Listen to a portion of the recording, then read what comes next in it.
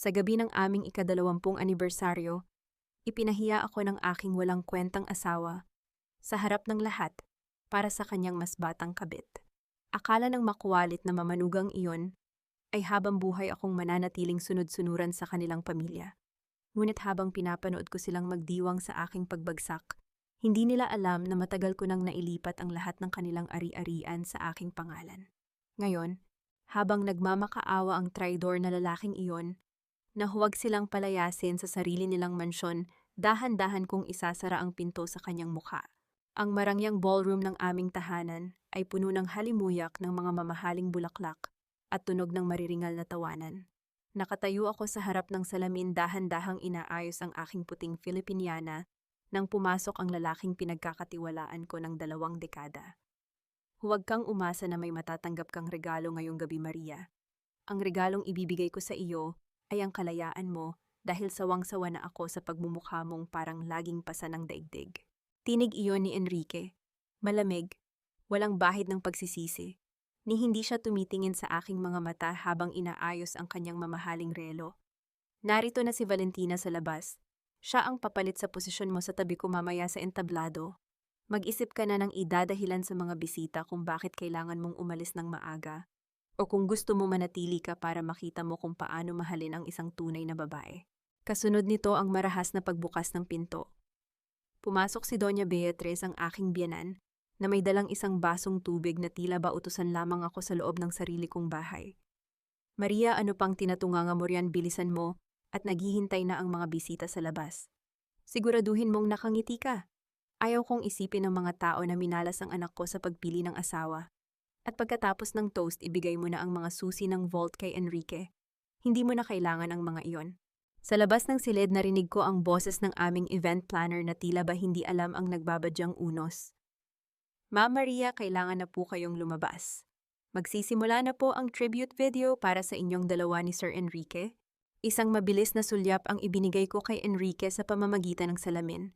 Ang kanyang mga mata ay puno ng panunuya, habang si Doña Beatriz naman ay abala sa pag-aayos ng kanyang mga alahas na tila wala akong halaga. Ang bawat salita nila ay tila mga patalim na pilit na ibinabaon sa aking dibdib, ngunit sa halip na dumugo, ang naramdaman ko ay isang nakabibiglang lamig. Hindi nanginig ang aking mga kamay. Hindi ako kumurap. Dahan-dahan kong kinuha ang aking cellphone mula sa ibabaw ng vanity table. Sa isang pindot, tiningnan ko ang notification mula sa aking abogado. Everything is set, Maria. The transfer is complete. Isang manipis at misteryosong ngiti ang sumilay sa aking mga labi. Tinalikuran ko ang salamin at hinarap ang lalaking itinuring kong mundo at ang matandang babaeng itinuring kong ina. Huwag kayong mag-alala, Enrique, Mama Beatriz. Lalabas ako. At ibibigay ko sa inyo ang isang gabing hinding-hindi ninyo malilimutan habang kayo ay nabubuhay. Iniwan ko silang kapwa naguguluhan sa aking katahimikan. Sa bawat hakbang ko palabas ng silid, nararamdaman ko ang bigat ng 20 taon na dahan-dahang nawawala na papalitan ng isang matalas at lohikal na plano. Pagdating ko sa gilid ng entablado, nakita ko si Valentina na nakatayo sa dilim, suot ang pulang damit na tila ba siya na ang nagwagi. Hindi ko siya binate. Hindi ko siya tiningnan ng masama. Sa halip, lumapit ako sa technician na may hawak ng video presentation. Inabot ko ang isang maliit na flash drive. Palitan mo ang file. Iyan ang gusto ni Sir Enrique na mapanood ng lahat, utos ko sa isang tinig na walang alinlangan. Nang tumuntong ako sa gitna ng entablado sa ilalim ng nakasisilaw na mga ilaw, sinalubong ako ng masigabong palakpakan ng mga piling tao sa Maynila. Sa gilid ng aking mga mata, nakita ko si Enrique na nakangiti, handa ng bigkasin ang kanyang mga salitang tatapos sa aming pagsasama. Ladies and gentlemen, panimula ni Enrique habang hawak ang kanyang baso ng champagne. 20 years is a long time, but tonight I realized that some things are better left in the past. Tumingin siya sa akin, isang tingin na naghihintay ng aking pagluha. Ngunit nanatili akong tuwid, ang aking mga mata ay nakapako sa malaking screen sa likod namin. Bago ang lahat, panoorin muna natin ang bunga ng 20 taon na ito. Dugtong ko, ang aking boses ay umalingaw sa buong ballroom, malamig at puno ng awtoridad. Biglang namatay ang mga ilaw. Ang screen ay nagsimulang maglaro, ngunit hindi ang aming mga larawan sa kasal ang lumabas. Doon sa harap ng daan-daang mga negosyante politiko at socialites ay ang malinaw na video ni Enrique at Valentina sa loob ng aming sariling kwarto pinagtatawanan ang kabobohan ni Maria Wen habang pinag-uusapan ang paglipat ng mga pondo ng kumpanya sa isang lihim na account. Ang katahimikan sa loob ng ballroom ay mas masakit pa sa anumang hiyaw. Ang mukha ni Enrique ay nawalan ng kulay, naging kasing puti ng aking suot na damit. Si Doña Beatriz ay napakapit sa kanyang upuan, ang kanyang bibig ay bahagyang nakabukas sa gulat. Dahan-dahan akong lumapit kay Enrique. Kinuha ko ang mikropono mula sa kanyang nanginginig na kamay. Happy anniversary, Enrique! At para sa huling hiling ko bilang asawa mo pakiusap, huwag kang mabibigla kapag nalaman mong ang account na pinaglipatan ninyo ng pera ay nakapangalan na sa akin 3 oras na ang nakalilipas. Isang malakas na bulong-bulungan ang nagsimulang bumalot sa silid. Sa gitna ng kaguluhan, isang lalaking naka-Amerikana ang pumasok mula sa malaking pinto ng ballroom. Si Attorney Julian Alfero. May dala siyang mga dokumento na nakalagay sa isang asul na folder. Mr. Enrique Villarreal, ang boses ni Julian ay narinig ng lahat. Inihahain ko ang isang restraining order at ang freeze order para sa lahat ng inyong ari-arian, kabilang ang mansyong ito sa ilalim ng kahilingan ng tunay na nagmamay-ari ng Villarreal Holdings, ang inyong asawa si Maria Wen Villarreal. Ang mga bisita ay nagsimulang maglabas ng kanilang mga cellphone, kinukunan ang bawat segundo ng pagbagsak ng mga Villarreal.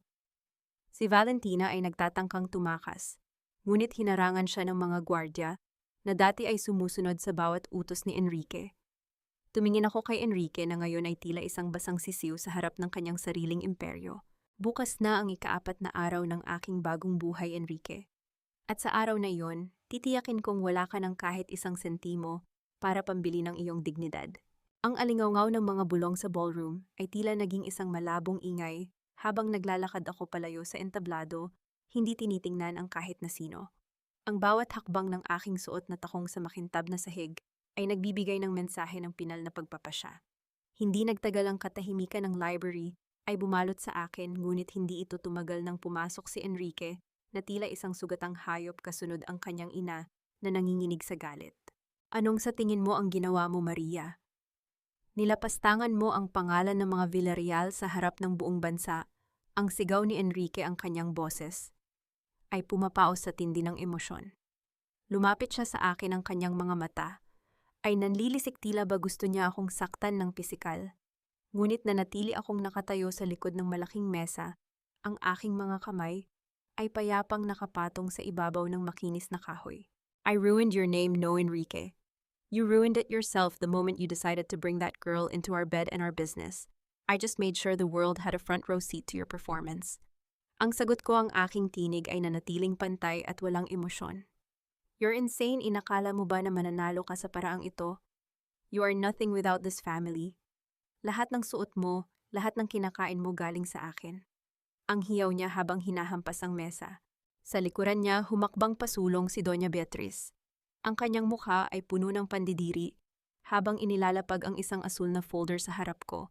Ang kanyang mga daliri na puno ng mamahaling singsing ay nanginginig sa puot. Enough of this drama, Maria. I've had enough of your ingratitude. Pirmahan mo ito, isang quitclaim. Isuko mo ang lahat ng karapatan mo sa Villarreal Holdings at sa mansyong ito at hahayaan ka naming umalis ng buhay. Huwag mong sagarin ang pasensya ko dahil alam mo kung gaano kalawak ang koneksyon namin. Ang utos ng matanda, ang kanyang tinig ay puno ng lason. Tiningnan ko ang dokumento. Isang mabilis na pagbasa ang ginawa ko sa mga katagang nakasulat doon. Gusto nilang iwanan ko ang lahat ng pinaghirapan ko sa loob ng 20 taon para lamang sa aking kaligtasan. Kinuha ko ang fountain pen sa ibabaw ng mesa. Walang pag-aalinlangan inilagay ko ang aking pirma sa huling pahina ng dokumento. Ang mabilis na paggasgas ng panulat sa papel ay ang tanging tunog na narinig sa loob ng silid. Nanlaki ang mga mata ni Enrique. Kahit si Doña Beatriz ay tila hindi makapaniwala sa bilis ng aking pagsuko.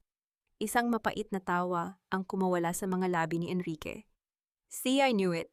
You're a coward, Maria. Sa huli tiklop tuhod ka rin sa amin. Now get out of my house, ang pangungutya niya. Dahan-dahan akong tumayo. Inayos ko ang aking Filipiniana at kinuha ang aking maliit na bag. Bago ako humakbang palabas, napansin ko si Valentina na nakasilip sa pinto, ang kanyang mascara ay kalat na sa kanyang pisngi dahil sa iyak at takot. Lumapit ako sa kanya. Kumuha ako ng isang malinis na panyo mula sa aking bag at iniabot ito sa kanya ng may malamig na ngiti. Punasan mo ang mga luhang iyan, iha. Magsisimula pa lang ang tunay na init. Siguraduhin mong kaya mong panindigan ang lalaking ito kapag wala na siyang maibibigay sa'yo, kundi ang kanyang yabang. Ang bulong ko na sapat na para marinig ni Enrique. Huminto ako sa tapat ni Enrique at ng kanyang ina. Ang aking tingin ay tila isang talim na humihiwa sa kanilang kumpiyansa.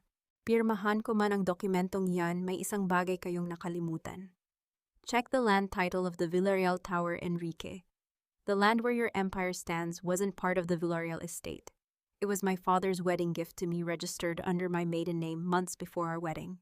Since the marriage is about to be annulled because of your adultery, the lease contract I signed for your company is now void.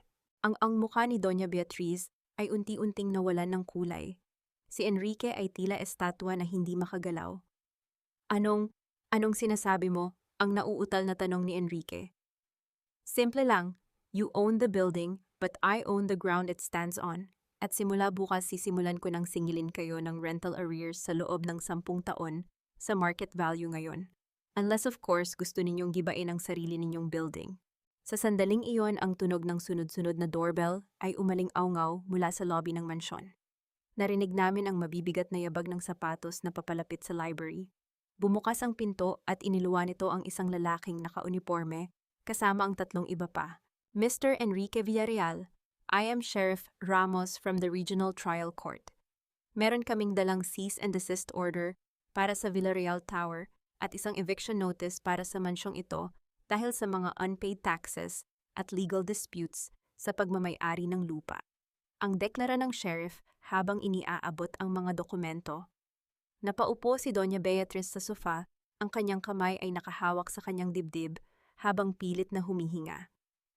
Si Enrique ay napatitig sa akin, ang kanyang mga mata ay puno ng kilabot. Lumakad ako palabas ng library, dinaanan ang mga sheriff, na tila ba isa lamang itong ordinaryong gabi. Sa dulo ng pasilyo naghihintay si Julian Alfero, nakasandal sa kanyang sasakyan, habang ang ilaw ng buwan ay tumatama sa kanyang seryosong mukha. Everything went as planned, Maria, ang sabi ni Julian habang pinagbubuksan ako ng pinto. Tumingin ako sa malaking mansyon na naging kulungan ko sa loob ng 20 taon. Ang bawat bintana ay tila mga matang nakatingin sa akin, saksi sa aking paglaya. This is just the beginning, Julian. I want to see them lose everything, kahit ang huling hibla ng telang suot nila. Nang magsimulang umandar ang sasakyan, narinig ko ang huling hiyaw ni Enrique. Mula sa loob ng mansyon, isang hiyaw ng galit at desperasyon. Ngunit para sa akin ang tunog na iyon ay tila isang matamis na musika. Sa loob lamang ng 24 na oras, matapos kong lisanin ang mansyon, sinubukan na akong ibaon sa lupa ng mga taong dati ay yumuyukod sa akin. Ang aking tuso at taksil na asawa ay binayaran ng mga tsismosa sa aming komunidad upang ipakalat na ako ay baog-baliw at isang pabigat na asawa. Ngunit nang makaharap ko ang kanilang pinuno sa gitna ng supermarket, ipinaalala ko sa kanya na ang babaeng kinukutya niya ang may hawak ng utang na sumasakal sa kanyang sariling tahanan. Kawawang Maria, matanda na baog pa kaya pala pinalitan ng mas sariwa. Akala siguro niya ay madadala niya ang yaman ng mga Villarreal hanggang sa dulo, pero tignan niyo ngayon, kahit isang sako ng bigas ay baka hindi na niya mabili ng hindi namamalimos. Ang boses ni Rosario Rose Manalo ay umalingaw-ngaw sa pasilyo ng supermarket, puno ng nakatutulig na panunuya, habang pinalilibutan siya ng ilang kapitbahay na tila uhaw sa balita. Hindi ko kailangang lumingon upang malaman ang hitsura ng kanyang mukha, ang mga mata niyang tila linta na naghahanap ng dugo ng iba upang mabuhay. Nakalabas na ako ng mansyon, ngunit ang laso ng pamilya Villarreal ay tila mas mabilis pa sa hangin. Sa screen ng aking cellphone na hawak ko habang namimili, nakita ko ang sunod-sunod na post ng mga trolls ni Valentina. Tinatawag nila akong obsessive ex-wife at the woman who failed to provide an heir. Ang bawat salita ay idinisenyo upang sirain ang aking dignidad, upang ilagay ako sa isang posisyon kung saan dapat akong mahiya sa aking sarili. Ngunit hindi nila alam ang kahihiyan ay para lamang sa mga taong walang ginawa, kundi sumandal sa kasinungalingan. Nagpatuloy ako sa paglalakad, itinulak ang aking cart nang may dahan-dahang iring hanggang sa tumigil ako sa tapat mismo ni Rose. Ang kanyang mga kasama ay biglang natahimik ang kanilang mga mata ay nagpalipat-lipat sa amin ni Rose. Ang hangin sa pagitan namin ay naging mabigat, puno ng tensyong tila isang kwerdas na malapit ng maputol. Maria, nandyan ka pala. Akala ko ay nagtatago ka na sa ilalim ng bato pagkatapos kang itapon ni Enrique Mku. Ang mapanghamong sabi ni Rose, pilit na itinatago ang kaba sa likod ng isang plastik na ngiti. Tiningnan ko ang laman ng kanyang cart. Puno ito ng mga imported na produkto, mga bagay na alam kong hindi niya kayang bayaran sa sarili niyang bulsa. Isang malamig na pagtaya ang mabilis na tumakbo sa aking isipan. Rosario, ang ingay mo ay kasing dumi ng budhi mo. Ngunit mukhang nakalimutan mo na ang utang mo sa yoga center ko ay 3 buwan ng overdue. Ang suhol ba sa iyo ni Valentina ay hindi sapat para bayaran ang mga monthly dues mo? Ang tanong ko, ang aking tinig ay nanatiling kalmado, tila ba nag-uusap lamang kami tungkol sa panahon. Namula ang mukha ni Rose. Ang kanyang mga kaibigan ay nagsimulang magbulungan, hindi sa akin, kundi sa kanya. Wala kang ebidensya, at anong yoga center? Siguradong kukunin din yon ni Enrique sa'yo. Nagkakamali ka. Ang center ay nakapangalan sa akin bago pa kami ikasal. At ang utang mo ay already sold your debt profile to a collection agency kaninang umaga. I don't deal with small-time liars anymore. Ang sagot ko, habang dahan-dahang lumalapit sa kanya. Kinuha ko ang isang lata ng mamahaling kape sa kanyang cart at tiningnan ito. Huwag mong subukang ubusin ang dignidad ko, Rose. Dahil sa isang tawag ko lang sa bangko na nag-finance ng bahay mo, baka bukas ay sa kalsada ka na nagluluto ng tsismis mo. Nang makarating kami sa counter, nakita ko ang pag-aalangan sa mukha ni Rose nang iscan ng cashier ang kanyang mga pinamili. Ang card niya ay 2 beses na na-decline. Ang katahimikan sa paligid ay naging nakabibingi habang ang cashier ay tumingin sa kanya nang may pagtatanong. Let me handle that, ang sabi ko sa cashier habang iniaabot ang aking black card. Anong ginagawa mo? Ang nauutal na tanong ni Rose. Binabayaran ko ang mga pinamili mo, Rosario. Consider this a tip for all the stories you fabricated. Tutal mukhang mas kailangan mo ang pagkain kaysa sa respeto sa sarili. Ang sabi ko habang tinititigan siya ng diretso sa mga mata. Tumalikod ako at hindi na hinintay ang kanyang pasasalamat o ang kanyang susunod na hiyaw. Paglabas ko ng supermarket, ang liwanag ng hapon ay tumama sa aking mukha, nagbibigay ng init na tila ba isang pagbasbas. Habang papunta sa aking sasakyan, naramdaman ko ang pag-vibrate ng aking cellphone sa loob ng bag. Isang email ang pumasok. Ang subject line ay binubuo lamang ng mga numerong tila isang code. Binuksan ko ito habang nakaupo sa loob ng kotse. Isang dokumento ang naka-attach, ang DNA result na binanggit ni Julian kagabi. Ang aking paghinga ay bahagyang bumagal nang makita ko ang mga pangalan sa loob ng dokumento. Hindi ito tungkol sa akin. Hindi rin ito tungkol kay Valentina. Ang DNA result ay para sa isang bata na ang ama ay si Enrique, ngunit ang petsa ng kapanganakan ay 15 taon na ang nakalilipas noong panahong akala ko ay masaya kaming bumubuo ng pamilya. Kasunod nito ay isang mensahe mula kay Julian. The poison is deeper than we thought, Maria. The child is not Valentina's. It belongs to someone closer to home. Isang mabigat na pakiramdam ang dahan-dahang gumapang sa aking dibdib, ngunit agad ko itong pinigilan. Hindi ako iiyak. Hindi ngayon. Gagamitin ko ang bawat piraso ng katotohanan ito upang durugin ang pundasyon ng pamilya Villarreal hanggang sa wala nang matira kundi alikabok. Habang papaalis ang sasakyan, nakita ko sa side mirror si Rose na nakatayo sa labas ng supermarket bitbit. Ang mga plastic na binayaran ko mukhang talunan. At hiyang-hiya sa harap ng mga taong kanina lang ay kausap niya. Ngunit hindi na siya ang aking prioridad. May mas malaking ahas na kailangang putulan ng ulo. Sa gitna ng kaguluhang ibinabato sa akin ng pamilya Villarreal, isang estrangherong may ngiti ng isang anghel ang kumatok sa aking pintuan. Akala ng lahat ay kailangan ko ng tagapagligtas. Ngunit sa mundong ito ng mga traidor, ang bawat tulong na inaalok ay may kalakip na presyo. Habang tinititigan ko ang dalagang nangangakong lilinisin ang aking pangalan, hindi ko maalis ang pakiramdam na ang kanyang mga mata ay pamilyar, masyadong pamilyar para sa isang taong ngayon ko pa lamang nakilala. Ma'am Maria, I've seen the trends on social media. Valentina's team is playing dirty, but we can play dirtier. We can turn the narrative around in less than 24 hours. Ang wika ni Catalina Cathy Reyes habang inilalatag ang kanyang tablet sa ibabaw ng aking mesa. Nandito kami sa aking opisina sa Wynn Wellness Center. Ang sikat ng araw ay tumatagos sa malalaking bintana, nagbibigay ng liwanag sa seryosong mukha ng dalagang nasa harap ko. Si Kathy ay isang tanyag na PR strategist, bata, matalino, at tila may personal na galit sa mga Villarreal. And why would you help me, Kathy? Hindi ka ba natatakot na mabangga ang pangalan ni na Enrique at Doña Beatriz? They can blackball your career in an instant. Ang tanong ko habang dahan-dahang iniikot ang ballpen sa aking mga daliri. Isang mapait na ngiti ang sumilay sa kanyang mga labi. Let's just say I have my own reasons, ma'am. Hindi lahat ng kumikinang sa pamilyang iyon ay ginto. Minsan ito ay dumi lamang na pininturahan ng dilaw. I want to see you win because your victory is a slap to their hypocrisy. Ipinakita niya sa akin ang mga nakalap niyang impormasyon tungkol kay Valentina, mga lumang kontrata, mga video ng kanyang pagwawala sa mga photoshoot, at ang mga hindi binabayarang utang ng influencer na ito bago pa man niya makilala si Enrique. Ito ang kailangan ko, isang bala na tatapos sa imahe ng perfect woman ni Valentina. Eksaktong bumukas ang pinto at pumasok si Attorney Julian Alfero. Ang kanyang presensya ay tila nagpabigat sa hangin sa loob ng silid. Ang kanyang mukha ay kasing tigas ng marmol at ang kanyang mga mata ay mabilis na sumuri kay Kathy mula ulo hanggang paa. Maria, we need to discuss the DNA results and the next legal move. Who is she? Ang malamig na tanong ni Julian, hindi man lang binati ang dalaga.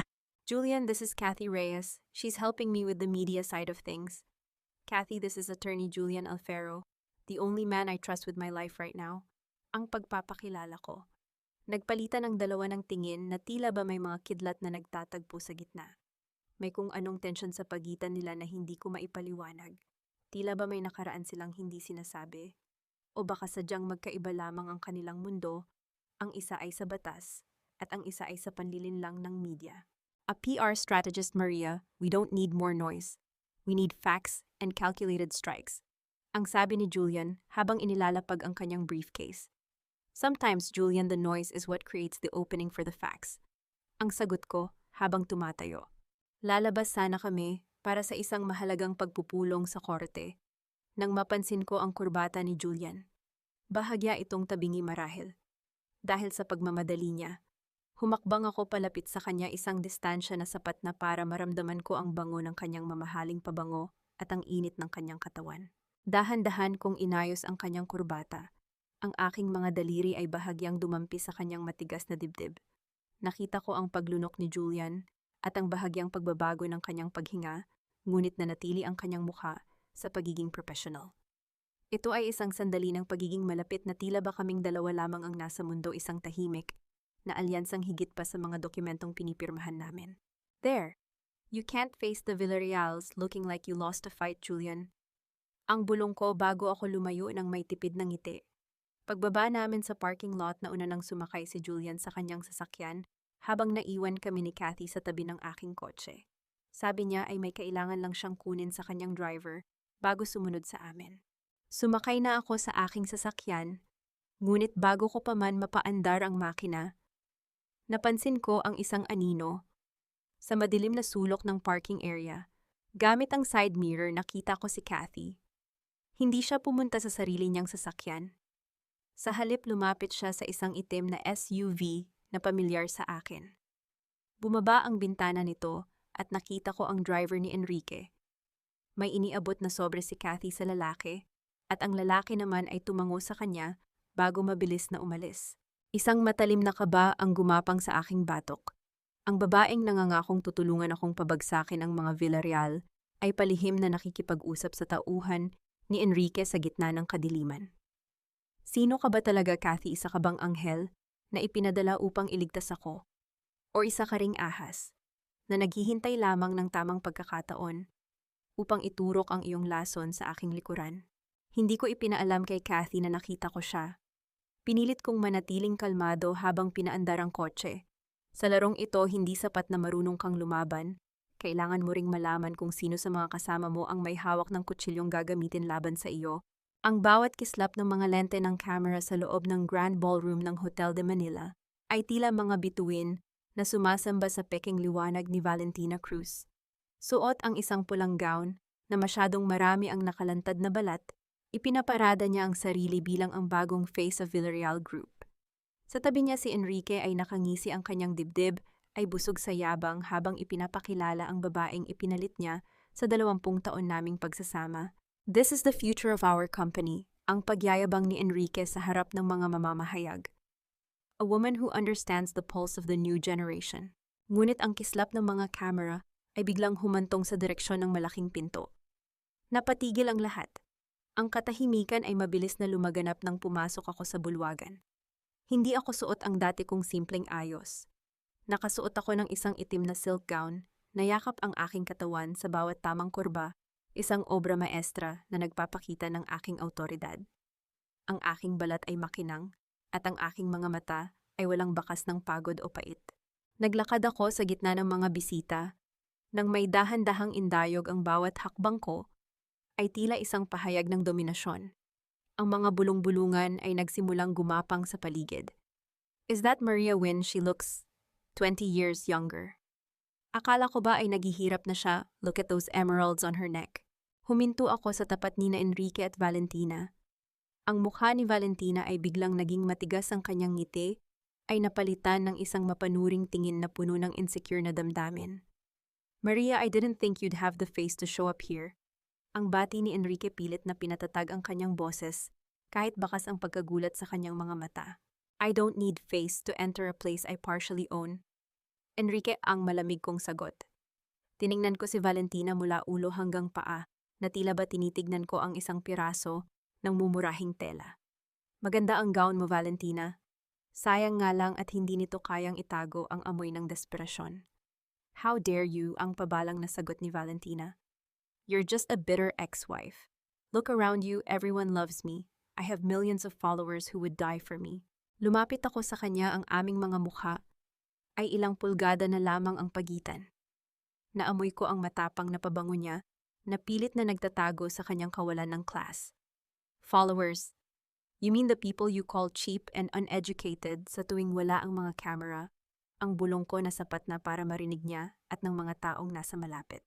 Nawalan ng kontrol si Valentina. Ang kanyang mukha ay namula sa galit at bago pa man makapagsalita si Enrique, itinaas niya ang kanyang kamay upang sampalin ako ng buong lakas. Ngunit sa isang mabilis at kalkuladong galaw, bahagya kong inuwas ang aking mukha nang hindi man lamang nababawasan ang aking pagiging kalmado. Habang ang kanyang kamay ay humahampas lamang sa hangin, patuloy kong itinaas ang aking baso ng wine at humigop ng dahan-dahan. Masyado kang maingay, Valentina, at ang maingay madaling mahulog sa sariling bitag. Ang sabi ko nang may kasamang matalas na ngiti. Eksaktong sa sandaling iyon, ang malaking screen sa likod ng entablado na dapat ay magpapakita ng bagong commercial ni Valentina ay biglang nag-iba ng kulay. Isang video ang nagsimulang mag-play. Hindi ito commercial. Isa itong live stream mula sa isang nakatagong camera sa loob ng dressing room ni Valentina kanina lamang. Doon kitang-kita at rinig na rinig ng buong ballroom ang boses ni Valentina habang kinakausap ang kanyang assistant. Ayusin mo nga ang mga bulaklak na iyan. Ang baho parang amoy ng mga fans ko. Nakakadiri silang hawakan, amoy pawis at kahirapan. Kung hindi lang dahil sa pera ni Enrique at sa mga tangang supporters ko, hinding-hindi ako magpapakita sa publiko. Ang buong ballroom ay naging kasing tahimik ng isang libingan. Ang mga mamamahayag ay nagsimulang mag-record, ang mga flash ng camera ay naging mas mabilis. Ngunit sa pagkakataong ito, hindi ito para sa paghanga, kundi para sa isang malaking eskandalo. No, patayin niyo iyan, that's fake, that's AI generated.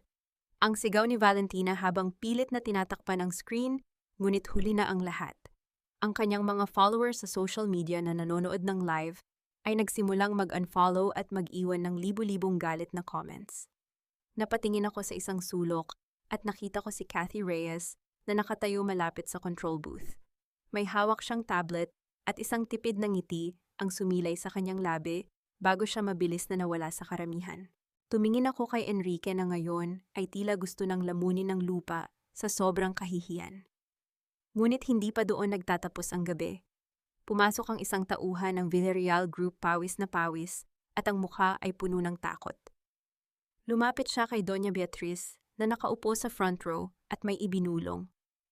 Biglang tumayo ang matanda, ang kanyang mga mata ay nanlilisik habang nakatingin sa kanyang cellphone. Freeze order lahat ng bank accounts natin. ang mahinang hiyaw ni Beatrice na narinig ko dahil sa aking lapit. Ang matanda ay nagsimulang humawak sa kanyang dibdib. Ang kanyang mukha ay unti-unting naging maputla hanggang sa tuluyan siyang nawalan ng malay at bumagsak sa kanyang kinauupuan. Ang ballroom ay nauwi sa isang malaking kaguluhan. Tumalikod ako at nagsimulang maglakad palabas. Hindi ko na kailangang manatili para panoorin ang pagkawasak ng kanilang gabi. Habang naglalakad ako sa red carpet, nararamdaman ko ang bawat mata na nakatingin sa akin ng may bagong respeto at takot. Sa labas ang gabi ay malamig at payapa. Nakita ko si Julian Alfero na naghihintay sa tabi ng aking sasakyan. "You handled that perfectly, Maria," ang sabi niya habang pinagbubuksan ako ng pinto. "Magsisimula pa lang tayo, Julian. Ang sampal na ito ay paunang bayad pa lamang sa 20 taon na kinuha nila sa akin." Nang umandar ang sasakyan, tumingin ako sa screen ng aking phone. Isang bagong notification ang lumabas mula sa isang unknown number. "Did you like the show, Mother?" Sa loob ng aking opisina sa Wynn Wellness Center, ang bango ng lavender at peppermint ay nagbibigay ng isang mapayapang kapaligiran, malayo sa ingay at dumi ng iskandalong kinasasangkutan ng mga Villarreal. Ngunit ang katahimikang ito ay nabasag nang marinig ko ang mabibigat at tila nagmamadaling mga yabag sa pasilyo. Hindi ko na kailangang hulaan kung sino ang darating. Ang bawat tunog ng kanyang baston sa sahig ay tila isang babala. Bumukas ang pinto at iniluwan nito si Doña Beatriz. Ang matandang babaeng dati ay tila isang reyna, kung maglakad ay mukhang tumanda ng 10 taon sa loob lamang ng isang gabi. Ang kanyang mukha ay maputla, ang kanyang mga mata ay malalim, ang itim na bilog sa ilalim, ngunit ang kanyang suot na mga perlas ay nananatiling nakasabit sa kanyang leeg, ang huling baluti ng isang imperyong gumuhuna. "Maria Kitan." Ang panimula niya, ang kanyang tinig ay nanginginig, ngunit naroon pa rin ang bakas ng kapangyarihan. "Ano itong ginagawa mo? Ang pamilya natin ay pinagtatawanan na ng buong bansa dahil sa mga pakulo mo." Hindi ako tumayo mula sa aking kinaupuan. Pinagmasdan ko lang siya habang dahan-dahan kong inilalapag ang aking tasang tsaa.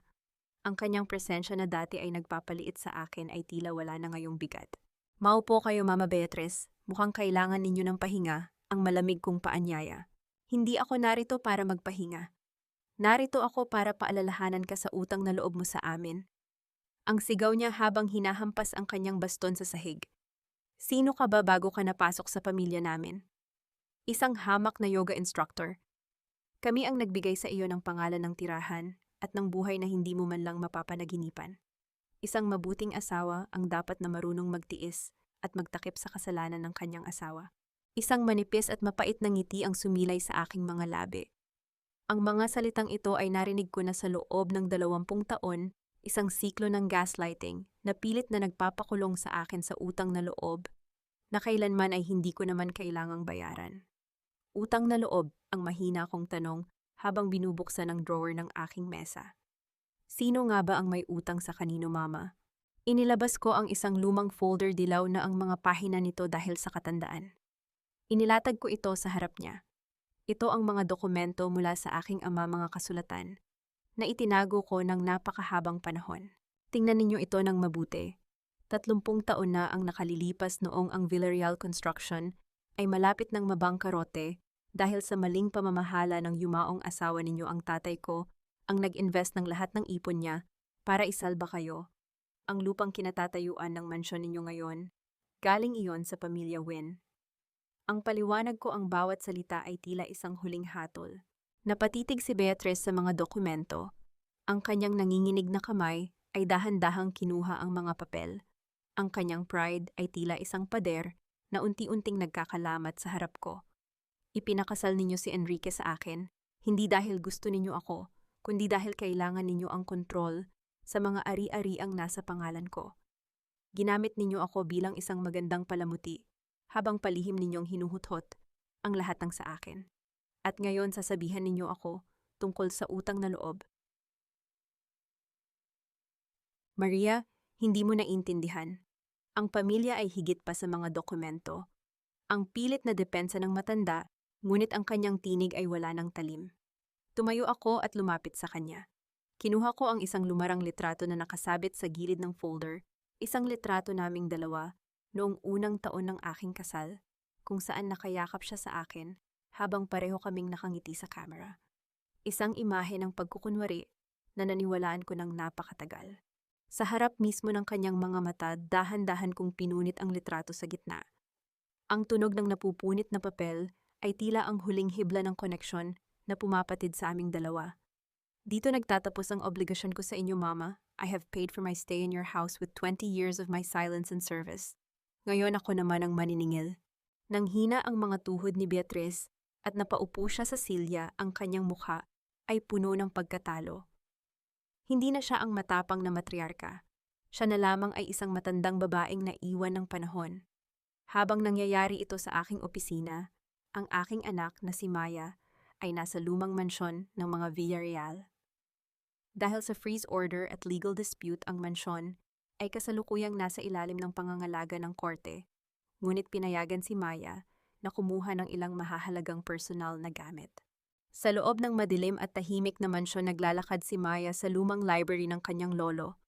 Ang tunog ng kanyang mga yabag sa sahig na gawa sa Nara ay tila mga bulong mula sa nakaraan. Habang inaayos niya ang ilang mga libro, napansin niya ang isang bahagi ng dingding na tila hindi pantay. Dahan-dahan niyang itinulak ang isang estante ng mga libro. Isang tunog ng mekanismong gumagalaw ang narinig niya sa likod ng pader. Isang maliit at lihim na pinto ang dahan-dahang bumukas, naglalabas ng amoy ng luma at alikabok. Gamit ang ilaw ng kanyang cellphone, pumasok si Maya sa loob. Doon sa isang maliit na silid na walang bintana, nakita niya ang mga kahon-kahong dokumento at mga personal na gamit ng isang babae. Sa ibabaw ng isang lumang mesa, may isang journal na nakabukas. Binasa ni Maya ang huling pahina ng journal. Ang kanyang mga mata ay nanlaki sa bawat salitang kanyang nababasa. Hindi ito tungkol sa negosyo. Ito ay tungkol sa isang krimen na nangyari 30 taon na ang nakalilipas, isang lihim na itinago ni Beatriz at ng kanyang asawa upang makuha ang kanilang yaman. Diyos ko, kailangang malaman ito ni Mama. Ang bulong ni Maya, ang kanyang boses ay nanginginig sa takot at gulat. Sa sandaling iyon, narinig ni Maya ang isang tunog mula sa labas ng lihim na pinto.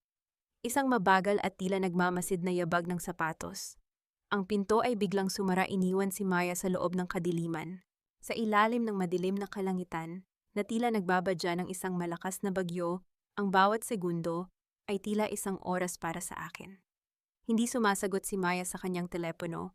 Ang huling lokasyon niya ay sa lumang mansyon, ang lugar na dapat ay wala ng tao, kundi ang mga alaala ng aking pagdurusa. Ngunit sa gitna ng aking pagkabalisa, dumating si Kathy Reyes sa aking opisina. Ang kanyang mukha ay puno ng peking pag-aalala habang humihingal na tila galing sa isang mahabang takbo. Ma'am Maria, kailangan nating kumilos.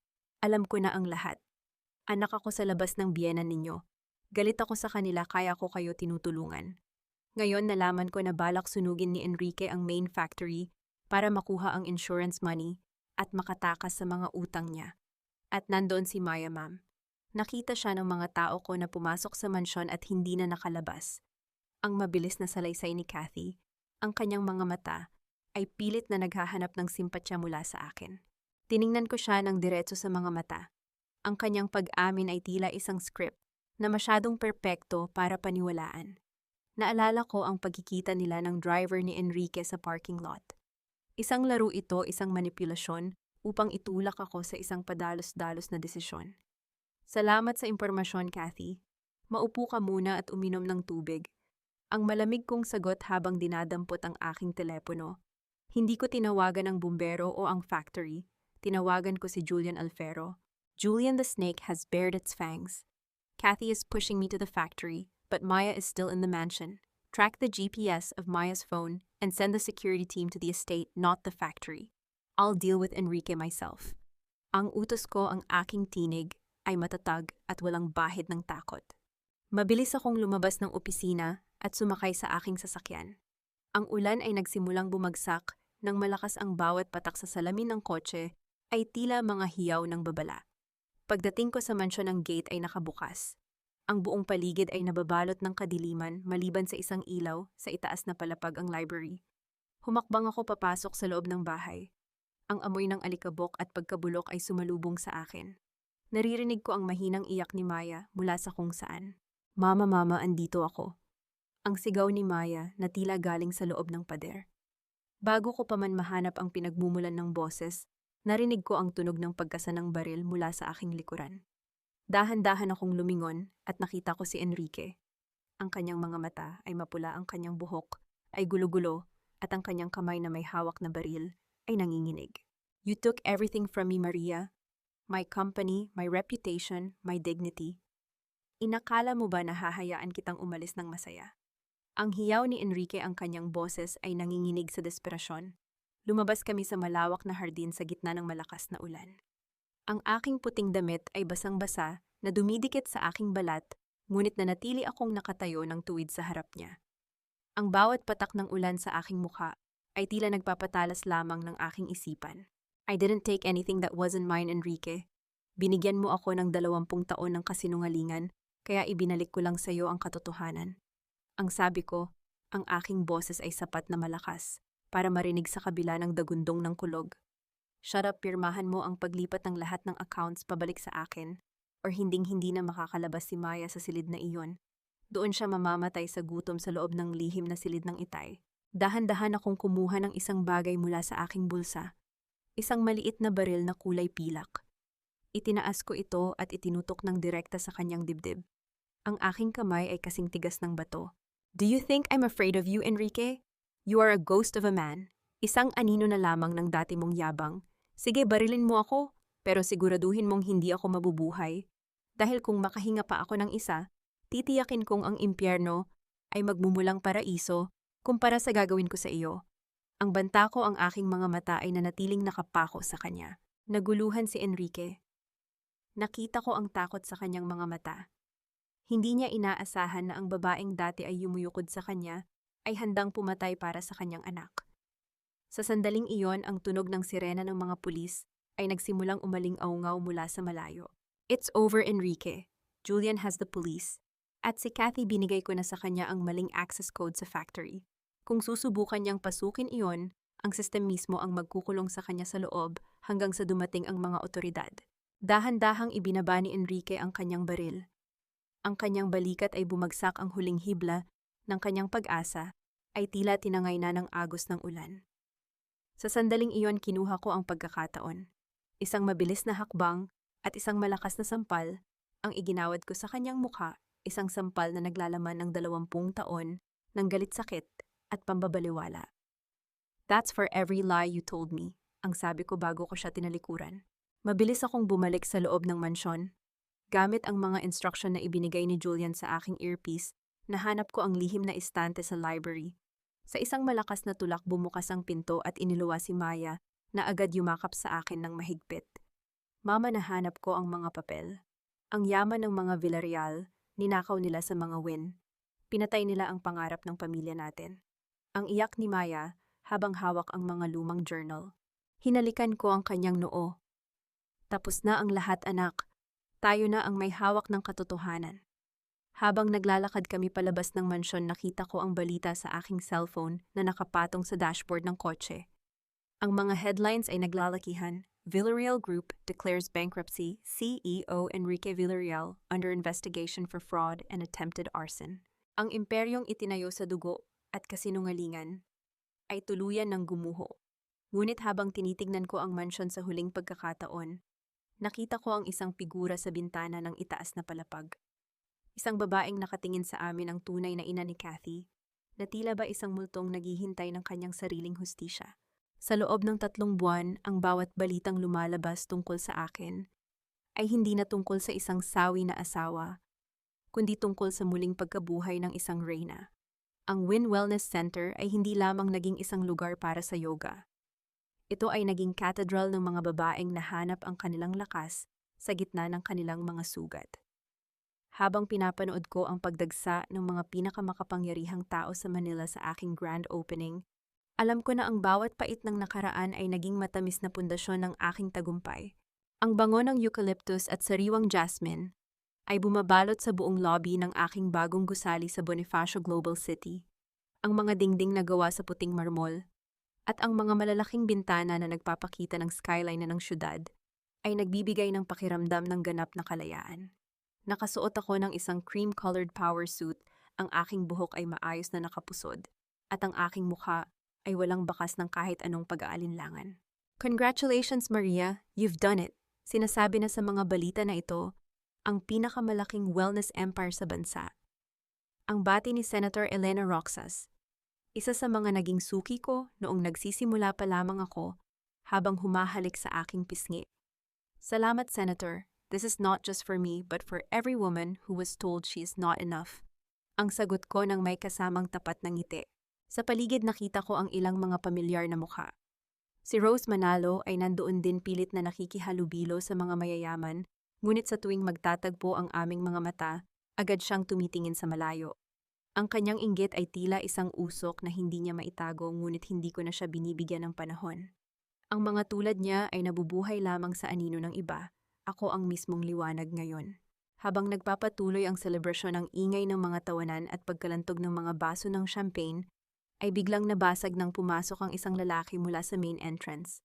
Napatigil ang usapan ng mga tao. Ang mga camera ng media na nandoon ay mabilis na bumaling sa kanya, si Enrique. Hindi na siya ang lalaking nakasuot ng mamahaling suit na nagkakahalaga ng 6 na digit. Ang kanyang suot ay mukhang luma, ang kanyang buhok ay hindi maayos ang gupit at ang kanyang mga mata ay lubog at puno ng pagod. Ang kanyang dating awtoridad ay tila isang damit na hindi nakasya sa kanyang nangangayayat na katawan. Dahan-dahan siyang lumapit sa akin. Ang bawat hakbang niya ay tila may kasamang bigat ng libu-libong pagkakamali. Huminto siya sa tapat ko, ang kanyang mga kamay ay nanginginig habang hawak ang isang luma at lukot na resume. Maria, to my God, can we talk in private?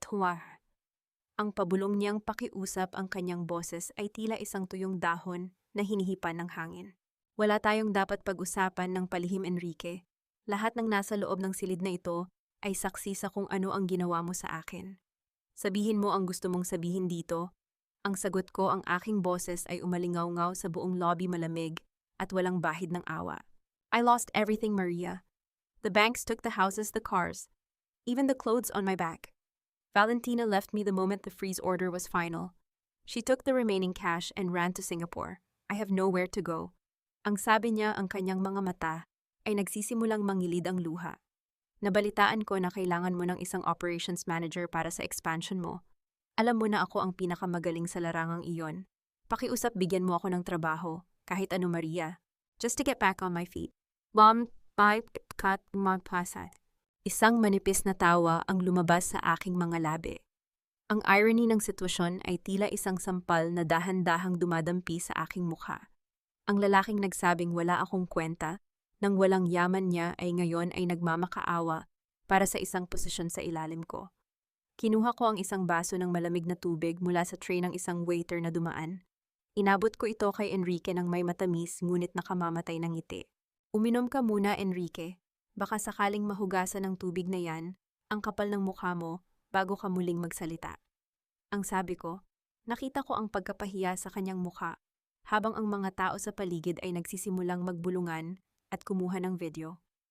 Maria, please, we were together for 20 years. Huwag mo namang gawin ito sa akin sa harap ng maraming tao. Ang katuwiran niya pilit na kumakapit sa huling hibla ng kanyang dignidad. 20 years, Enrique. 20 years akong naglingkod sa iyo, naging anino mo at naging biktima ng mga panlalait mo. At sa loob ng bawat segundong iyon, hindi mo naalala na asawa mo ako. Ngayon mo lang ako naalala dahil wala ka ng ibang matakbuhan. Ang sagot ko habang dahan-dahang lumalapit sa kanya. Hindi ako tumatanggap ng mga empleyadong walang integridad at lalong hindi ako tumatanggap ng mga taong ang tanging talent ay ang manakit ng mga taong nagmamahal sa kanila. Security. Please escort this man out of my building. Habang kinakaladkad si Enrique palabas ng mga gwardya, hindi ko man lang siya sinundan ng tingin. Tinalikuran ko siya at hinarap ang aking mga bisita ng may panibagong lakas. Sorry sa istorbo, everyone. Let's continue the celebration. Ang wika ko bago ako uminom ng champagne. Pagkatapos ng event, habang nakaupo ako sa aking opisina at pinapanood ang paglubog ng araw sa labas, pumasok si Julian Alfero. May dala siyang isang asul na folder na may tatak na confidential. Ang galing mo kanina, Maria. The stock prices of the remaining Villarreal assets just hit rock bottom after that video of Enrique went viral. Ang sabi ni Julian habang nauupo sa tapat ko. Justice is best served with a smile, Julian. Ang sagot ko. By the way, kailan ko makakaharap ang silent partner natin? Ang taong nagbigay ng bilyon-bilyong puhunan para sa expansion na ito. Isang misteryosong ngiti ang sumilay sa mga labi ni Julian. Actually, she's been here all along. She's the reason why the Villarreal legacy had to fall. Bumukas ang pinto ng aking opisina.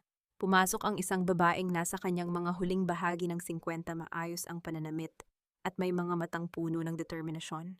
Ang kanyang mukha ay pamilyar ngunit hindi ko matandaan kung saan ko siya nakita. Maria, meet Mrs. Elena Reyes, the woman who owned 30% of the Winlands before the Villarreals stole it. At siya rin, ang tunay na ina ni Kathy, ang pagpapakilala ni Julian. Napatayo ako. Ang bawat piraso ng puzzle ay nagsisimulang mabuo sa aking isipan. Ang tulong ni Kathy, ang galit ni Elena, at ang aking tagumpay, lahat ng ito ay bahagi ng isang mas malaking plano ng paghihiganti na mas matanda pa sa aking kasal kay Enrique. Nakahanda ka na ba, Maria? Ang tanong ni Elena, ang kanyang boses ay puno ng awtoridad. Dahil ang susunod nating gagawin ay titiyak na hinding-hindi na makakatayo si Doña Beatriz mula sa kanyang kinasasadlakan. Isang mensahe ang pumasok sa aking phone. Mula kay Kathy. The snake is trapped in its own nest. Do you want to see her burn, mother? Ang akala ng lahat ay tapos na ang laban ng mawalan ng malay. Ang mamanugang iyon sa gitna ng kahihiyan. Ngunit sa likod ng bawat bilyong piso ng pamilya Villarreal ay isang babaeng pinagnakawan ng buhay at pangarap 3 dekada na ang nakalilipas.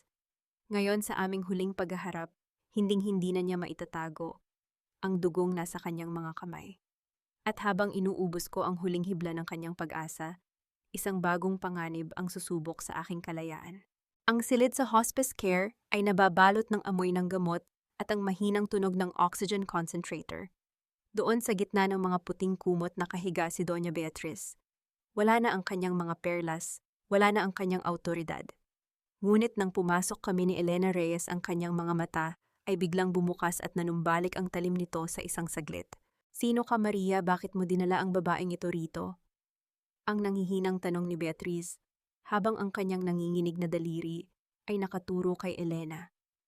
Hindi mo na ba ako nakikilala, Beatriz?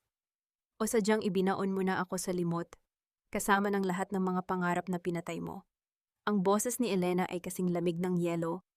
Bawat salita ay may dalang bigat ng 30 taon na paghihintay. Humakbang si Elena palapit sa kama. Inilabas niya ang isang lumang locket mula sa kanyang bulsa at binuksan ito sa harap ng matanda. Ako ang babaeng pinilit mong palayasin sa sarili kong bayan. Ako ang babaeng ninakawan mo ng anak para lang hindi madungisan ang pangalan ng asawa mo. Ako si Elena, ang tunay na tagapagmana ng Win Reyes Lands na kinamkam ninyo. Nagsimulang bumilis ang paghinga ni Beatriz. Ang monitor sa gilid ng kanyang kama ay nagbibigay ng isang mabilis at nakababahalang tunog. Wala kang ebidensya. Ang lupang iyon ay ibinigay sa amin. Ibinigay o sa pilitang kinuha sa pamamagitan ng pananakot. Ang sabat ko habang pinagmamasdan ang bawat reaksyon ng aking biyenan.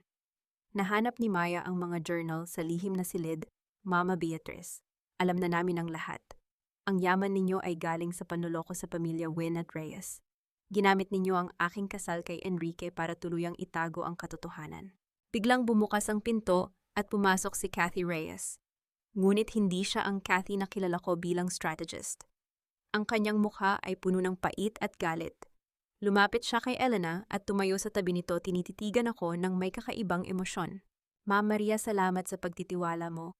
Pero ang laban na ito ay personal para sa amin ni Nanay. Ang sabi ni Kathy.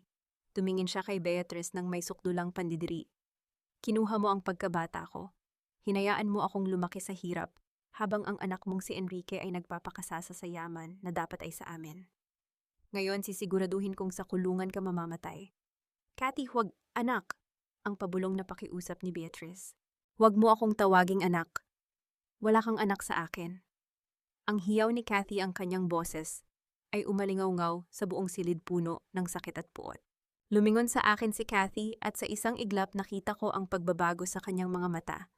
Sorry, Ma'am Maria. Pero kailangan kong gawin ito.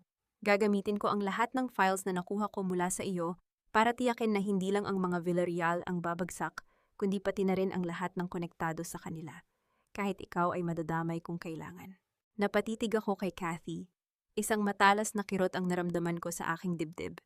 Ang babaeng itinuring kong kaalyado ay handa akong isakripisyo para sa sarili niyang bersyon ng hustisya.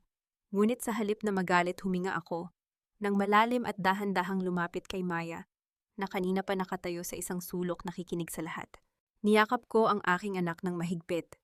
Ang init ng kanyang katawan ay nagbigay sa akin ng lakas na kailangan ko. Dito nagtatapos ang sumpa ng mga Villarreal sa atin, Maya. Hindi na tayo magiging biktima ng kanilang nakaraan. Kung kailangan nating harapin ang bagyo, gagawin natin ito ng magkasama. Tumingin ako kay Elena at Kathy. Gawin ninyo ang dapat ninyong gawin, pero tandaan ninyo ang apoy ng galit ay madalas na tumutupok sa taong may hawak nito. I gave you the tools for justice, don't use them for destruction. Paglabas namin ni Maya sa ospital, ang langit ay madilim, nagbababadya ng isang malakas na ulan. Ngunit sa gitna ng katahimikan ng parking lot, 2 itim na sasakyan ang biglang humarang sa aming daraanan. Isang grupo ng mga kalalakihan na naka-Amerikana ang bumaba. Ang isa sa kanila ay may hawak na isang piraso ng papel. Maria Wynne Villarreal, ang tanong ng lalaki sa isang malamig at professional na tinig. Ako nga, bakit ang tanong ko habang pinoprotektahan si Maya sa aking likuran? I am Special Agent Soriano. Meron kaming dalang warrant of arrest laban sa inyo. Inakusahan kayo ng corporate sabotage at conspiracy to commit fraud laban sa Villarreal Group, batay sa mga ebidensyang isinumite ni Ms. Catalina Reyes ngayong hapon. Naramdaman ko ang panalamig ng aking mga kamay. Tumingin ako sa itaas na palapag ng ospital at nakita ko si Kathy na nakatayo sa bintana, nakatingin sa amin habang hawak ang kanyang cellphone. Isang tahimik na digmaan ang naganap sa pagitan ng aming mga mata. Mama, ang iyak ni Maya habang pilit na humahawak sa aking braso. Dahan-dahan kong inabot ang aking cellphone at mabilis na tinawagan si Julian Alfero. Julian, it happened. The snake bit me. Activate Plan B and tell the press to get ready. If they want a scandal, I'll give them a revolution. Habang pinaliligiran ako ng mga otoridad, hindi ko hinayaang makita nila ang kahit anong takot sa aking muka. Ang pagdakip sa akin ay hindi ang katapusan ng aking laban. Ito ang mitya na magpapasiklab sa huling pagsabog na tatapos sa lahat ng kasinungalingan. Ang akala ng traidor na dalagang iyon ay nabaon na niya ang kanyang mga pangil sa aking leeg nang ipahuli niya ako sa harap ng aking anak. Akala ng mamanugang mapanlinlang at ng aking walang kwentang asawa ay ito na ang katapusan ng aking paghahari. Ngunit hindi nila alam ang bawat dokumentong ibinigay ko ay isang pain at ang rehas na kinapapalooban ko ay isang entablado lamang para sa kanilang huling paghatol. Ngayon habang nakaupo sila sa loob ng korte nang may mapang-uyam ng ngiti, dahan-dahan kong hihilahin ang PC upang gumuho ang langit sa kanilang ulo. Ang loob ng courtroom ay nababalot ng isang mabigat at nakabibinging katahimikan na binabasag lamang ng mahinang bulong ng mga tao at ang tunog ng aircon na tila isang humihingal na saksi. Nakaupo ako sa tapat ng mahabang mesa, ang aking mga kamay ay payapang nakapatong sa ibabaw ng makinis na kahoy. Sa kabila ng suot kong orange na vest, ang aking likod ay nananatiling tuwid, ang aking mukha ay kasing tigas ng marmol. Sa kabilang panig nakita ko si Enrique at Valentina na magkahawak kamay, suot ang kanilang pinakamagagandang damit, na tila ba ito ay isang selebrasyon at hindi isang paglilitis.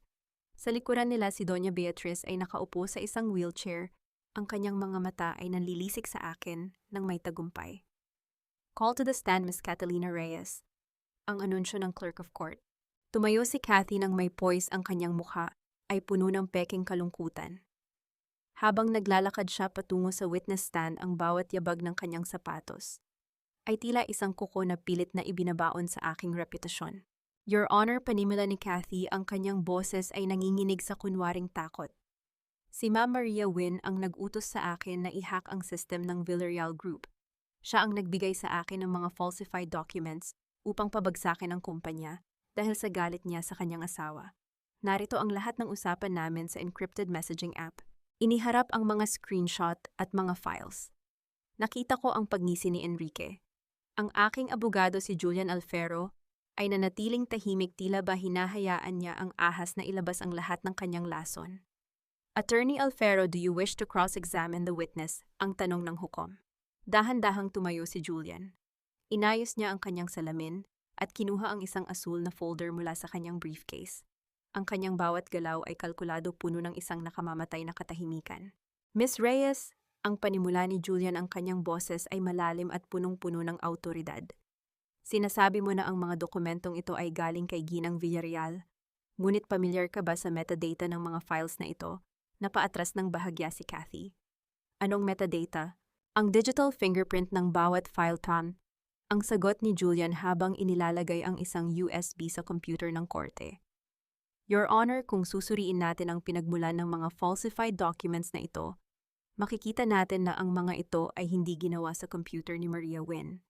Ang mga ito ay nilikha sa isang laptop na nakarehistro sa ilalim ng pangalang Enrique Villarreal isang linggo bago pa man mangyari ang anibersaryo. Isang malakas na bulong-bulungan ang bumalot sa korte. Ang mukha ni Enrique ay biglang nawalan ng kulay. Si Valentina ay dahan-dahang binitawan ng kamay ng kanyang kasama. At hindi lang iyan, patuloy ni Julian. Ang account na ginamit sa encrypted app ay hindi kay Maria. Ito ay isang dummy account na kontrolado ni Miss Reyes na ayon sa aming investigasyon ay tumanggap ng 10 milyong piso mula sa isang offshore account ni Enrique Villarreal noong nakaraang buwan. Iyan ay kasinungalingan, ang hiyaw ni Enrique mula sa kanyang upuan, ngunit agad siyang pinatahimik ng gavel ng hukom. At para sa huling katotohanan, ang sabi ni Julian habang binubuksan ang folder, inihahain namin ang original na Blue Book ni Doña Beatriz Villarreal, ang mismong ledger na nagpapatunay ng bilyon-bilyong pisong nakaw na yaman mula sa pamilya Wynn at Reyes. Miss Reyes, o dapat ko bang sabihin Catalina Villarreal, ang anak sa labas na naging kasabwat ng kanyang ama upang bitagin ang asawa nito. Napatitig si Kathy kay Enrique, ang kanyang mukha ay puno ng pagkakanulo. Nakita niya na handa siyang ilagay sa kapahamakan ni Enrique upang isalba ang sarili nito. Sa sandaling iyon, ang pinto ng korte ay bumukas ng malakas. Pumasok ang driver ni Enrique, si Mang Carding, na may dalang isang lumang cassette tape. Ang kanyang mukha ay puno ng pagsisisi.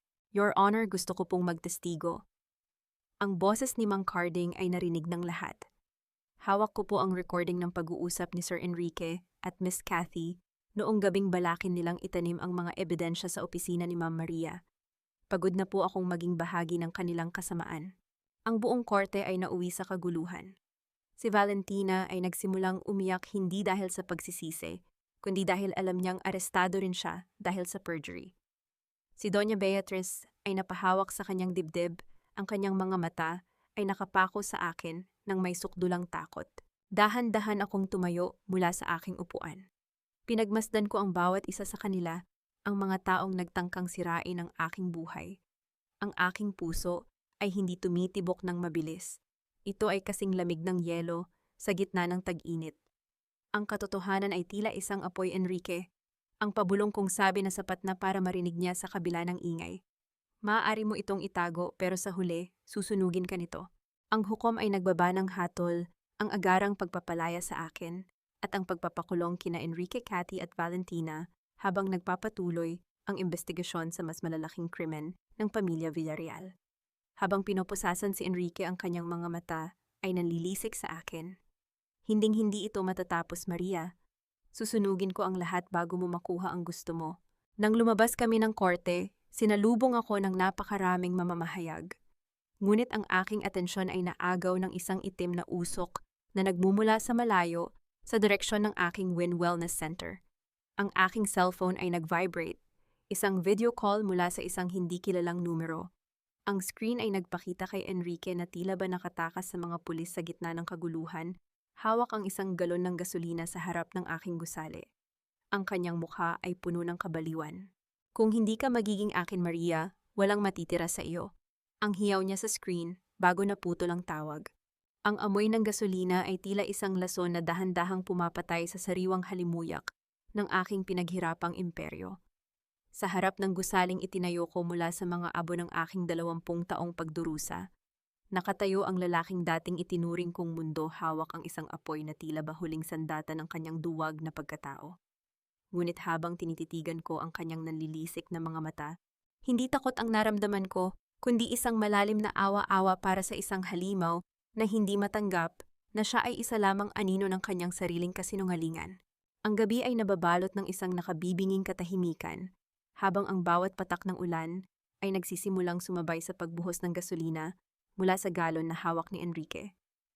Ang mga gwardya ay nakahandusay sa labas tila pinatulog ng isang malakas na impact, habang ang paligid ng Wynn Wellness Center ay pinalilibutan na ng mga dilaw na police tape at ang nakasisilaw na asul at pulang ilaw ng mga patrol car sa malayo.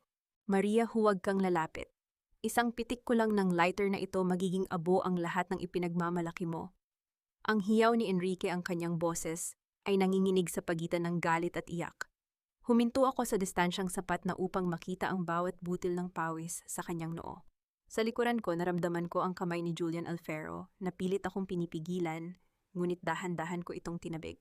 Ang laban na ito ay hindi na tungkol sa batas. Ito ay tungkol sa pagtatapos ng isang siklo. Enrique, tingnan mo ang sarili mo. Nakatayo ka sa harap ng gusaling itinayo ng perang ninakaw ng iyong ama, suot ang desperasyon ng isang lalaking hindi man lang marunong tumayo sa sarili niyang mga paa. Ang panimula ko, ang aking tinig ay nanatiling malamig at matatag sa kabila ng lakas ng hangin. Wala kang alam. Ang pamilya ko ang nagtaguyod sa iyo. Kung hindi dahil sa amin, isa ka lang hamak na babaeng walang pangalan. Ang ganti niya habang itinaas ang lighter. Ang maliit na apoy nito ay sumasayaw sa gitna ng kadiliman, tila isang mitsa na anumang sandali ay susunog sa aming lahat. Ang pangalan ko ay akin, Enrique. Ang Wynn ay hindi kailanman naging sayo. Pinakasalan mo ako para nakawin ang huling piraso ng dignidad ng aking pamilya, ngunit tignan mo ngayon, ako ang nakatayo ng tuwid, at ikaw ang nakaluhod sa gitna ng dumi. Ang bawat salita ko ay tila mga bala na tumatama sa kanyang huling depensa. Sa gitna ng aming paghaharap, isang anino ang dahan-dahang lumabas mula sa gilid ng gusali. Si Kathy Reyes. Ang kanyang mukha ay basang-basa ng ulan, ang kanyang mga mata ay puno ng isang sakit na tila ba ngayon lamang niya natuklasan. Sa kanyang kamay ay hawak niya ang isang piraso ng papel, ang orihinal na birth certificate na itinago ni Doña Beatriz. Itigil mo na iyan, Enrique. Ang boses ni Kathy ay mahina ngunit puno ng awtoridad. Huwag mong dagdagan ang kasalanan ng pamilyang ito. Alam ko na ang totoo. Hindi ako ang iyong kasabwat. Ako ang iyong kapatid. Ang kapatid na itinago at itinapon ninyo. Napatigil si Enrique. Ang kanyang kamay na hawak ang lighter ay dahan-dahang bumaba. Ang katotohanang binitawan ni Kathy ay tila isang malakas na sampal na nagpabalik sa kanya sa realidad. Ang kabaliwan sa kanyang mga mata ay napalitan ng isang sukdulang kalituhan. Kapatid, hindi, sinabi ni Mama. Ang nauutal na sambit ni Enrique. Sinabi ni Doña Beatriz ang lahat ng kasinungalingang gusto mong marinig upang manatili kang sunod-sunuran sa kanya. Ang sabat ko habang humahakbang paabante. Ginamit ka niya, Enrique. Ginamit niya tayong lahat. At ngayon pati ang sarili mong laman at dugo ay handa mong saktan para sa isang legacy na wala naman talagang halaga. Biglang narinig ang tunog ng pagkasa ng mga baril mula sa mga pulis na nakapalibot na sa amin. Isang malakas na boses mula sa megaphone ang nag-utos kay Enrique na ibaba ang lighter at itaas ang kanyang mga kamay. Ngunit sa halip na sumuko, tumingin si Enrique sa akin. Nang may isang huling ngiti, isang ngiti ng isang taong tuluyan, nang nawala sa kanyang sarili. Itinapon niya ang lighter sa basang sahig, ngunit dahil sa lakas ng ulan at sa bilis ng pag-aksyon ng mga fire suppression teams na kanina pa nakahanda sa loob ng gusali, ang apoy ay agad na namatay bago pa man ito makapinsala. Dinamba ng mga pulis si Enrique. Ang tunog ng mga posas na sumasa sa kanyang mga kamay ay ang huling tunog ng kanyang kapangyarihan. Habang kinakaladkad siya palabas, hindi niya tinigilan ang paghiyaw ng aking pangalan, ngunit hindi ko na siya nilingon. Lumapit ako kay Kathy na ngayon ay humahagulgol na sa gitna ng ulan. Dahan-dahan ko siyang niyakap. Walang salita, walang panunumbat. Sa gitna ng pagkawasak ng kanilang pamilya, nahanap namin ang isang kakaibang uri ng kapayapaan. Tapos na, Kathy. Tapos na ang ulan, ang bulong ko. Nang bumalik ako sa tabi ni Julian, inabutan niya ako ng isang jacket upang mainitan. Tumingin ako sa langit, ang mga ulap ay dahan-dahang naghihiwalay upang ipakita ang isang bituin na tila ba isang tanda ng bagong simula. Maria, may dumating na sulat para sa iyo mula sa Switzerland kaninang hapon. Hindi ko muna ibinigay dahil sa kaguluhan, ang sabi ni Julian habang iniaabot ang isang puting sobre na may gintong selyo. Binuksan ko ang sulat sa ilalim ng ilaw ng sasakyan. Ang aking puso ay bahagyang tumibok nang mabilis nang mabasa ko ang mga kataga sa loob. Hindi ito tungkol sa mga Villarreal.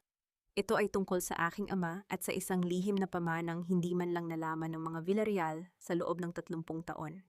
Isang mana na magbabago sa takbo ng buhay ko at ni Maya habang buhay. Ngunit kasama ng pamanang iyon ay isang huling babala na tila ba isang multo mula sa nakaraan. Sa loob ng 20 taon, ang bawat araw ko ay idinikta ng pagnanais na pasayahin ang mga taong kailanman ay hindi ako itinuring na kapantay. Ngunit sa ika-4 na araw ng aking paglaya, nahanap ko ang isang kayamanang hindi man lang mapapantayan ng kahit anong bilyong pisong ninakaw ng mga Villarreal ang aking sarili. Ngayon habang pinagmamasdan ko ang paglubog ng araw mula sa aking sariling penthouse, alam ko na ang bawat sugat ng kahapon ay naging hagdan tungo sa aking trono bilang reyna ng sarili kong buhay. Ang Wynn Wellness Center ay hindi na lamang isang gusali sa Manila. Ito ay isa ng pandaigdigang tatak na kinikilala mula sa Singapore hanggang Zurich. 3 buwan matapos ang tangkang pagsunog ni Enrique, ang bawat pitak sa pader ng aking opisina ay naayos na pinalitan ng mas matibay at mas magandang materyales. Nakasuot ako ng isang asul na seda na damit, ang aking mga mata ay nakatingin sa malawak na dagat ng mga gusali sa ibaba. Ang sulat mula sa Switzerland ay hindi lamang tungkol sa pera. Ito ay isang pag-amin mula sa aking ama na bago siya namatay, lihim niyang binili ang mga stocks ng Villarreal Group sa ilalim ng isang Swiss trust fund na pangalan ko ang benepisyaryo. Ibig sabihin, sa lahat ng taon na minaltrato ako ni Doña Beatriz, ako na pala ang may hawak ng kanilang kapalaran nang hindi ko alam. The board of directors meeting is about to start, Maria. They are waiting for the final decision on the liquidation of the Villarreal assets. Ang boses ni Julian Alfero mula sa pinto. Lumingon ako sa kanya. Julian was there, looking professional, yet with a hint of something deeper in his eyes, a respect that wasn't there before. Hindi kami nagmamadali. Ang aming relasyon ay binuo sa pundasyon ng katotohanan at profesionalismo, isang tahimik na pag-ibig na hindi kailangang isigaw. Let them wait for 5 more minutes, Julian. I have one last appointment to keep. Ang sabi ko habang kinukuha ang aking bag. Nagpunta ako sa isang charity ward ng isang pampublikong ospital, malayo sa karangyaan ng St. Luke's, kung saan dati ay may sariling suite ang mga Villarreal. Doon sa isang kama sa dulo ng pasilyo, nakahiga si Doña Beatriz. Ang kanyang balat ay tila papel na tuyo, ang kanyang mga kamay ay payat at wala na ang kinang ng mga diamante. Nang makita niya ako, pilit siyang bumangon, ang kanyang mga labi ay nanginginig sa pagtatangkang magsalita. Maria, ang mansyon? Bawiin mo ang mansyon. Tiningnan ko siya nang walang bakas ng galit o puot. Ang nararamdaman ko na lamang ay ang katahimikan ng isang taong nakalaya na sa kulungan. Ang mansyon ay naibenta na kaninang umaga, Mama Beatriz. Gagawin itong isang shelter para sa mga biktima ng domestic abuse. Ang bawat silid kung saan mo ako sinigawan at minaltrato ay magiging silid ng paghilom para sa ibang babae. Ang boses ko ay mahina ngunit punong-puno ng awtoridad. Paano si Enrique, ang anak ko? Si Enrique ay nahatulan na ng 15 taon sa kulungan dahil sa arson at corporate fraud. At si Valentina, nakabalik na siya sa probinsya niya, nagtatrabaho bilang isang hamak na tindera pagkatapos siyang iwanan ng lahat ng kanyang mga sponsors. Ang bawat salita ko ay tila huling hatol na bumaba sa kanyang pagkatao. Hindi na sumagot si Beatriz. Pumikit siya habang ang isang luhang puno ng kahihiyan o hiya ay dahan-dahang gumulong sa kanyang pisngi. Iniwan ko siya roon nang hindi lumingon. Hindi ko siya pinatawad, ngunit hindi ko na rin siya daladala sa aking dibdib. Bumalik ako sa Wynn Center para sa graduation ni Maya bilang isang abogado. Nakatayo ang aking anak sa entablado, suot ang kanyang toga bitbit, ang talino at tapang na namana niya sa akin. Nang magtama ang aming mga mata, isang malawak na ngiti ang sumilay sa kanyang mga labi. This is for you, Mom, for the woman who saved herself so she could save me, ang sabi ni Maya sa kanyang talumpati. Pagkatapos ng seremonya, habang naglalakad kami ni Julian sa rooftop garden, ang malamig na hangin ng gabi ay humahaplos sa aking mukha. Ang tunog ng mga kuliglig at ang mahinang musika mula sa lounge sa ibaba ay nagbibigay ng isang payapang ritmo sa gabi. What's next for Maria Wynn? Ang tanong ni Julian habang iniaabot ang isang baso ng wine.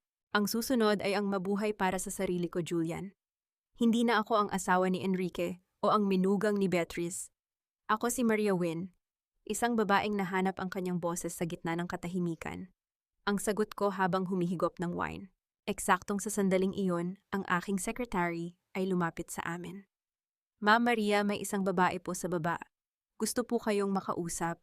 Sabi po niya na panood niya ang interview niyo tungkol sa pagsasara ng Villarreal case. May pasa po siya sa mukha at mukhang takot na takot. Isang mabilis na sulyap ang ibinigay ko kay Julian. Tiningnan ko ang screen ng monitor sa lobby. Isang batang babae ang nakaupo roon, nanginginig ang mga balikat habang nakatingin sa sahig. Dahan-dahan kong inilapag ang aking baso. Inayos ko ang aking suit at nagsimulang maglakad patungo sa elevator. Tell her to wait. I'll talk to her personally, ang utos ko. Habang bumababa ang elevator, nakita ko ang sarili ko sa refleksyon ng salamin. Hindi na ako ang Maria na umiiyak sa banyo ng mansyon.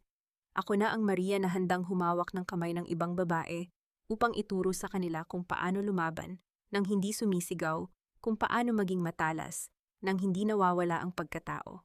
Ang KB ay mahaba at ang laban para sa hustisya ay hindi kailanman natatapos. Ngunit sa ilalim ng liwanag ng buwan, alam ko na anuman ang dumating na bagyo, ako ang kapitan ng aking sariling kaluluwa. Ang kwento ng aking pagdurusa ay tapos na. Ngayon ang kwento ng aking paghahari ay nagsisimula pa lamang. Isang taon ang mabilis na lumipas mula nang gumuho ang mga pader ng mansyong Villarreal at kasabay nito ang pagliwanag ng isang bagong umaga sa aking buhay. Nakatayo ako sa dalampasigan ng Batangas kung saan ang asul na dagat ay humahalik sa mapuputing buhangin sa ilalim ng gintong sikat ng araw. Ang tunog ng mga alon na humahampas sa mga bato ay tila isang malambing na bulong ng kalayaan, malayo sa nakatutulig na ingay ng mga iskandalo at kasinungalingan. Sa loob ng isang taon na iyon, natutunan ko na ang tunay na hustisya ay hindi lamang nakukuha sa loob ng korte. Ang pinakamasakit na parusa para sa mga taong nagtaksil sa akin ay ang makita akong masaya, matagumpay, at higit sa lahat payapa nang wala sila. Si Enrique ay nananatili sa likod ng mga rehas. Ayon sa aking abogado na si Julian, wala nang dumadalaw sa kanya. Ang kanyang mga dating kaibigan na kasama niya sa bawat inuman at paglulustay ng pera ay tila mga bula na naglaho nang mawala ang kanyang yaman.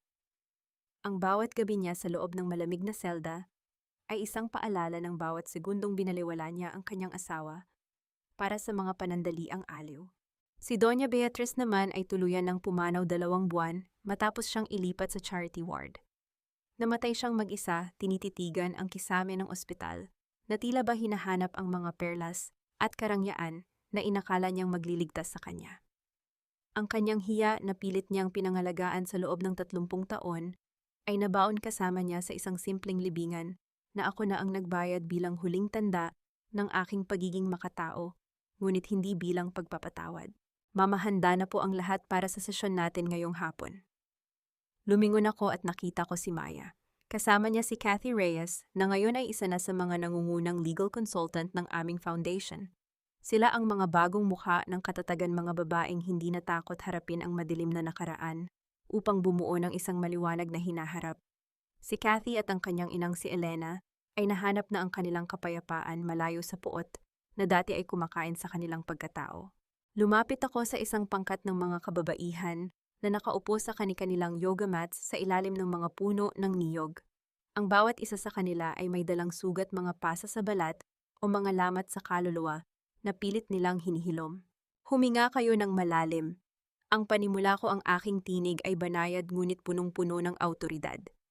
Isipin ninyo ang bawat sakit na ibinato sa inyo ng mundo. Ang bawat salitang nagsasabing wala kayong kwenta. Ngayon sa bawat paghinga ninyo ng palabas, hayaan ninyong tangayin iyon ng hangin. Hindi kayo ang inyong mga sugat. Kayo ang lakas na nahanap ninyo matapos ang bagyo. Habang isinasagawa namin ang mga poses, naramdaman ko ang init ng araw sa aking balat. Napagtanto ko na ang pagpapatawad ay hindi nangangahulugang kailangan mong ibalik ang mga taong nanakit sa iyong buhay. Ang pagpapatawad ay ang pagpili na huwag nang hayaan ang kanilang mga anino na diktahan ang iyong bawat hakbang.